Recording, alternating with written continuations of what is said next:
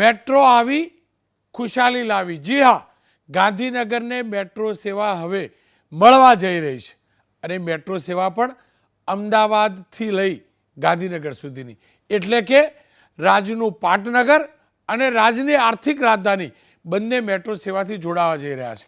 પ્રધાનમંત્રી આ મેટ્રો સેવાને લીલી ઝંડી આપવા જઈ રહ્યા છે. પોતાના જન્મદિવસના એક દિવસ અગાઉ આ બંને શહેરોને મોટી ભેટ જોવા મળી રહી છે. અમદાવાદના મોટેરા સ્ટેડિયમથી ગાંધીનગરના સેક્ટર 1 સુધીના રૂટ પર અને ગિફ્ટ સુધીની બ્રાન્ચ રૂટ પર મેટ્રો ટ્રેનને પ્રધાનમંત્રી લીલી ઝંડી આપી રહ્યા છે. જે જાણકારી મળી છે એ પ્રકારે પ્રધાનમંત્રી મેટ્રોની સફર પણ કરવાના છે, સાથે જ લોકો સાથે સંવાદ પણ કરવાના છે. ગાંધીનગર અને અમદાવાદને જોડતો મેટ્રો ટ્રેનનો કુલ રૂટ મોટેરા સ્ટેડિયમથી મહાત્મા મંદિર અને ગિફ્ટ સિટી સુધીની બ્રાન્ચ રૂટનો છે. ઉપરાંત પીડીપીયુ અને ગિફ્ટ સુધીનો બ્રાન્ચ રૂટ પણ સાથે જ તૈયાર થઈ રહ્યો છે અને આ કાર્યક્રમ 16મી તારીખે અંદાજિત 1 વાગ્યા પછી ગાંધીનગરના સેક્ટર 1થી મેટ્રો રૂટની સફરની શરૂઆત કરવાથી થવાનો છે. હવે અમદાવાદ ગાંધીનગર તો થવાના જ છે, પરંતુ જાણકારી એ પણ મળી છે સુરતમાં તો મેટ્રોનું કામ શરૂ થઈ ચૂક્યું છે અને ત્યારબાદ રાજકોટ અને વડોદરા વાસીઓને પણ અમદાવાદ જેવી જ મેટ્રો સેવા ઉપલબ્ધ થવાની છે, નક્કી છે. 24,554 કરોડના ખર્ચે રાજ્યમાં મેટ્રોના નવા 4 પ્રોજેક્ટ માટે રાજ્ય સરકારે કેન્દ્ર સરકારની મંજૂરી પણ માગી છે અને ડબલ એન્જિનની સરકાર છે ત્યારે ભરોસો પણ છે કે બાકીના જે મહાનગરો છે તેને પણ મેટ્રો મળે અને તે માટેની મંજૂરી મળશે. કેન્દ્રની મંજૂરી મળ્યા બાદ રાજ્યમાં અંદાજિત 90.81 કિલોમીટરના કુલ 4 નવા મેટ્રો પ્રોજેક્ટની કામગીરી શરૂ થઈ જશે. પહેલાં અમદાવાદની મેટ્રો સેવા મળી, હવે ગાંધીનગરની મેટ્રો સેવા મળવા જઈ રહી છે. ત્યારબાદ સુરતની મેટ્રો સેવા મળવાની છે અને અન્ય મહાનગરોને પણ મેટ્રો સેવા મળશે તેવી ચર્ચા ચાલી પણ રહી છે અને પ્રોજેક્ટ મુકાયો પણ છે, મેં કહ્યું છે તેમ. અને એટલે જ આખા પ્રોજેક્ટની વિગતવાર જાણકારી મેળવીએ. Pushkar Singla, chief general manager Gujarat metro rail corporation. Pushkar ji, metro का नया फेज शुरू होने जा रहा है, ये फेज की खास विशेषता क्या है? साथ में ये भी जानना है कि ये फेज शुरू हो जाने के बाद अहमदाबाद और गांधीनगर 2 शहर, एक आर्थिक राजधानी और एक पॉलिटिकल राजधानी, किस प्रकार से एक दूसरे से जुड़ जाएंगे? रौनक भाई, देखिए जो मेट्रो का जो ये फेज शुरू होने वाला है वो अहमदाबाद की पॉलिटिकल कैपिटल को इकोनॉमिक कैपिटल से जोड़ने वाला है और उसके अलावा इसका जो बेनिफिट, जो एनवायरमेंटल बेनिफिट्स होते हैं, व्हीकुलर मूवमेंट, जो सड़कों पे ट्रैफिक जो बढ़ता जा रहा है, जैसे कि अभी अहमदाबाद में आपने देखा है, गांधीनगर में तो अभी ये प्रॉब्लम नहीं है, बट अहमदाबाद में काफ़ी ज़्यादा ट्रैफिक बढ़ता जा रहा है. तो जैसे जैसे ट्रैफिक बढ़ता है तो उस समय पे मेट्रो अपने टाइम को काफ़ी कम करती है. उस कारण सड़कों पे व्हीकल के कारण होने वाले एक्सीडेंट्स में कमी आएगी. उसके अलावा जो प्रदूषण हो रहा है उसके वो काफ़ी कम होगा. उसके अलावा ये जो तरीका है, मोड ऑफ ट्रांसपोर्टेशन है, ये सबसे इकोनॉमिकल मोड ऑफ ट्रांसपोर्टेशन है. काफ़ी सस्ते में ये एक जगह से दूसरी जगह पे अच्छी, आरामदायक और एयर कंडीशन बस ट्रेनों के अंदर हम आपको पैसेंजर्स को एक जगह से दूसरी जगह ले जाने में काम करते हैं. तो उस हिसाब से हमारा ये मानना है कि ये मेट्रो अहमदाबाद की एक लाइफलाइन साबित होगा और इसका ज़्यादा से ज़्यादा लोग फ़ायदा उठाएंगे. पुष्कर जी, ये जो फेज़ है उसके पीछे कितनी लागत लगी है? साथ में ये भी जानना है कि जो नया फेज़ है गांधीनगर और अहमदाबाद के बीच का, वहाँ किस प्रकार की फ्रीक्वेंसी होगी मेट्रो की? क्या शुरुआत से ही फुल फ्रीक्वेंसी के साथ मेट्रो चलेगी या धीरे धीरे फ्रीक्वेंसी बढ़ाई जाएगी मेट्रो की? मेट्रो की फ्रीक्वेंसी का जो अहमदाबाद में अभी हमारी फेज 1 की ट्रेनें चल रही हैं, गैसपुर से लेकर मोटेरा तक और वस्त्राल से लेकर थलतेज तक, वो लगभग 10 मिनट की फ्रीक्वेंसी पे गाड़ियाँ चल रही हैं. सुबह 6:20 से लेकर रात को 11 बजे तक ये गाड़ियाँ चलती हैं हमारी. अभी जैसे ही ये फेज़ 2 स्टार्ट होगा तो स्टार्टिंग में हम लोग फ्रीक्वेंसी को कम रखते हैं ताकि सेफ्टी और बाकी चीज़ों को देखने में टाइम लगता है। फिर धीरे हम फ्रीक्वेंसी बढ़ाएंगे और अल्टीमेटली ये फ्रीक्वेंसी भी बाद में वैसे ही 10 मिनट से कम फ्रीक्वेंसी पे चलेगी। जो लागत के बारे में आपका रौनक भाई जो सवाल है वो ये है कि अहमदाबाद फेज़ 2 जो गांधीनगर वाला है उसकी टोटल प्रोजेक्ट की कॉस्ट लगभग 5,384 करोड़ रुपया थी, जिसमें से कि जो अभी हम माननीय प्रधानमंत्री द्वारा जिसका लोकार्पण किया जा रहा है उसमें हम लोग लगभग 20 किलोमीटर ट्रैक और 8 स्टेशनों का लोकार्पण करवाने जा रहे हैं। उसकी कॉस्ट लगभग 3,284 करोड़ रुपया आई है।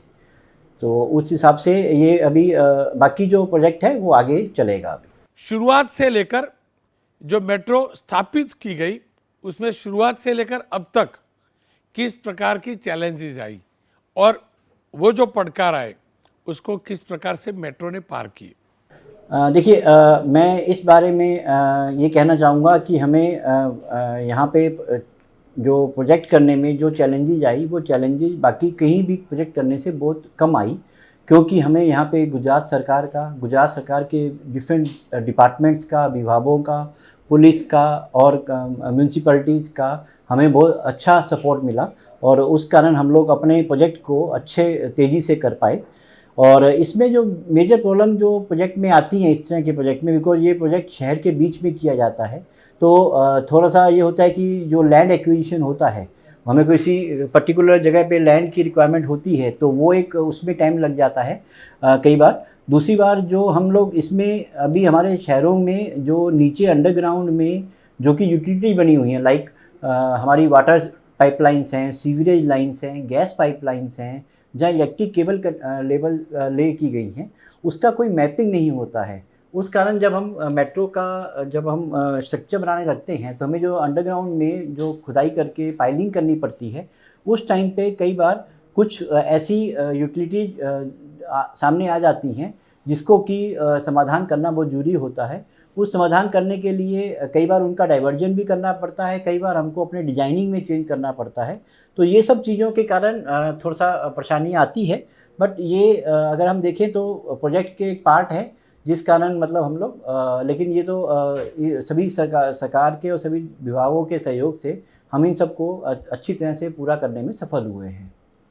अहमदाबाद में मेट्रो के 2 फेज पूरे हो चुके हैं। अब तक का रिस्पॉन्स कैसा रहा है? क्या सही में मेट्रो अब प्रॉफिट करने लगी है? क्या सही में मेट्रो के चल के लोगों की दिक्कतें कम हुई हैं? कितने लोगों ने मेट्रो की अब तक मुसाफरी की होगी? रौनक भाई देखिए कि सहयोग इसका जो उपयोग का मैं कहूँ तो हमने इसकी शुरुआत की थी मार्च 2019 में 2 स्टेशनों से स्टार्ट किया था, लेकिन जो पूरा फेज का जो कार्य लोकार्पण किया गया माननीय प्रधानमंत्री जी के द्वारा वो सितंबर 2022 में किया गया और अक्टूबर 2022 से हमने इसकी सर्विस कमर्शियल लेवल पे स्टार्ट की थी। तो उसमें हमने ये जो स्टार्टिंग में हमको 35,000 लोग पर डे, मतलब हम प्रतिदिन जो लोग चलते थे मेट्रो में वो लगभग 35,000 लोग थे। और अभी मैं अगस्त की बात करूं तो पिछले अगस्त महीने में लगभग एवरेज डेली बेसिस पे लगभग 1,15,000 से 1,20,000 लोगों ने इसमें ट्रैवल कर रहे हैं। तो अगर आप देखें 35,000 से 1,20,000 लोगों ने ये करना शुरू कर दिया है।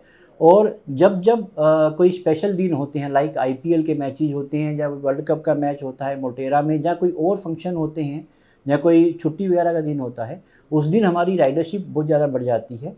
मुझे ये कहने में बहुत हर्ष हो रहा है कि हमने अभी 1,65,000 लोगों को प्रतिदिन एक दिन में हमने मैक्सिमम लेवल पे ट्रैवल किया है उन्होंने। और जो इसका लोगों को जो बेनिफिट है, सर बेनिफिट ये है कि ये लोगों को कम समय में क्लीन एनवायरनमेंट में एक जगह से दूसरी जगह पे पहुंचाने का सबसे अच्छा तरीका है। और सबसे ज़्यादा बात यह है कि ये काफ़ी इकोनॉमिकल भी है, सस्ता भी है। तो उसी कारण इसकी लोकप्रियता बढ़ती जा रही है और हमें ये पूर्ण विश्वास है कि जब अहमदाबाद से गांधीनगर तक ये ट्रेन आएगी तो हमारी राइडरशिप और तेज़ी से आगे बढ़ेगी। उसको क्या सिर्फ त्यौहार, छुट्टी का दिन या फिर IPL जैसी कोई इवेंट होती है तभी मेट्रो में ज़बरदस्त रिस्पांस मिलता है, या रेगुलर जो रूटीन डे है उसमें भी लोग मेट्रो की इस परिवहन सेवा का उपयोग करते हैं, फ़ायदा उठाते हैं? नहीं, जैसे मैंने आपको बताया ना कि अभी हमारा जब हमने स्टार्टिंग किया था तो प्रतिदिन लगभग 35,000 लोग ट्रैवल करते थे। अभी हम लोग लगभग 1,15,000 या 1,20,000 लोग एवरेज पर डे कर रहे हैं। और ये जो पर डे फिगर है ये मंथ का पूरा एवरेज है। इट इज़ एक पर्टिकुलर डे का नहीं होता है।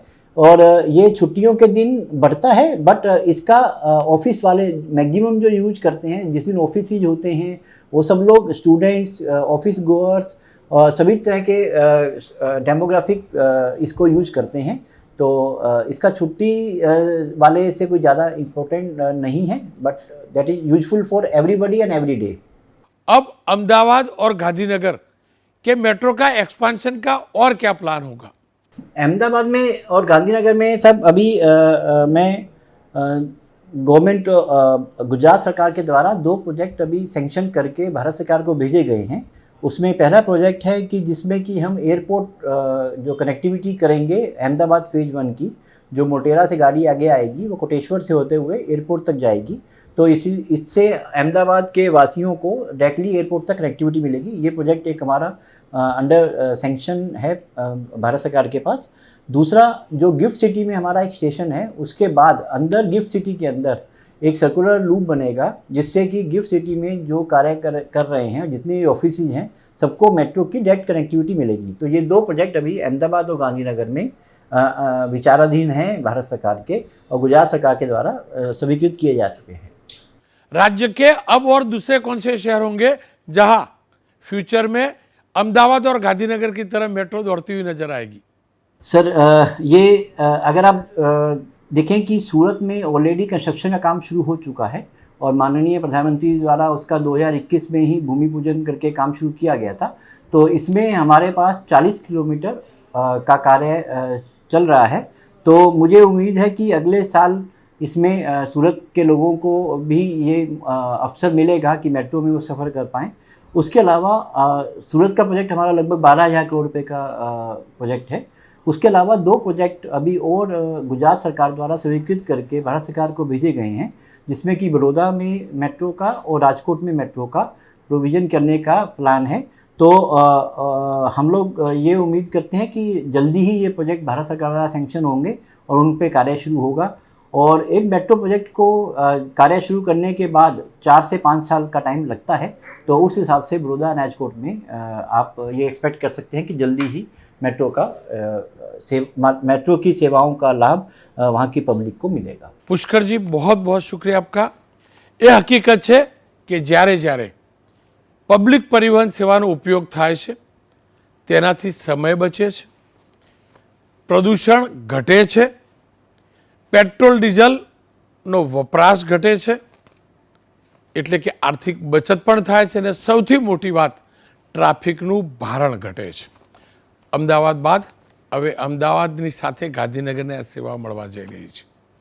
આશા રાખીએ સત્વરે સુરતમાં પણ મેટ્રો શરૂ થાય અને રાજ્યના અન્ય શહેરોમાં પણ મેટ્રો શરૂ થાય.